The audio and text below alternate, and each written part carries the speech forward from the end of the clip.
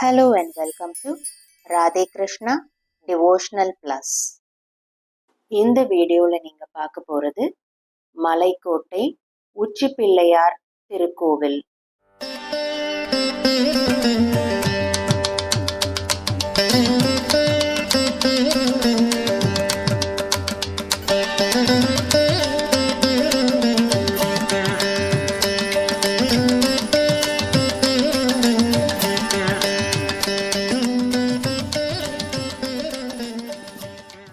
இத்தலம் திருச்சியில் அமைந்துள்ளது. மலை அடிவாரத்தில் மாணிக்க விநாயகர் கோவிலும், மலையின் நடுவில் தாயுமான சுவாமி கோவிலும், மலை உச்சியில் உச்சி பிள்ளையார் என்று அழைக்கப்படும் விநாயகர் கோவிலையும் காணலாம்.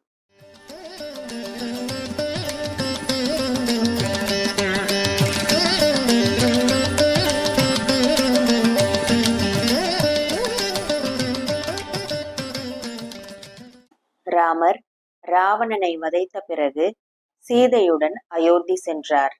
அப்போது ராவணன் தம்பி விபீஷணன், சுக்ரீவன் மற்றும் ஹனுமன் உடன் சென்றனர். ராமர் பட்டாபிஷேகம் முடிந்த பிறகு தான் அயோத்தியில் பூஜித்த ரங்கநாதரை விபீஷணனிடம் அன்பு பரிசாக கொடுத்தார். அந்த சிலையை தரையில் வைத்தால் அதை மீண்டும் நகர்த்த முடியாது என்றும் தெரிவித்திருந்தார். மிகுந்த மகிழ்ச்சியுடன் விபீஷணன் ரங்கநாதர் சிலையை இலங்கைக்கு கொண்டு சென்றான். செல்லும் வழியில் காவிரி ஆற்றில் நீராடிவிட்டு ஓய்வெடுக்க எண்ணினான்.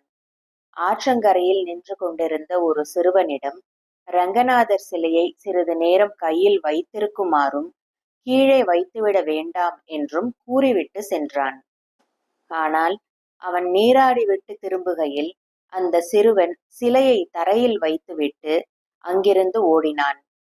விபீஷணன் எவ்வளவோ முயற்சி செய்தும் தரையில் இருந்த சிலையை அசைக்க முடியவில்லை. கோபம் அடைந்த விபீஷணன் சிறுவனை துரத்தி சென்றான். அந்த சிறுவனோ ஒரு மலையை நோக்கி ஓடினான். மலையின் உச்சியில் சென்று அமர்ந்தான். விபீஷணன் சிறுவனின் தலையில் ஓங்கி குட்டினான். அதன் பிறகு சிறுவன் விநாயகராக காட்சியளித்தார்.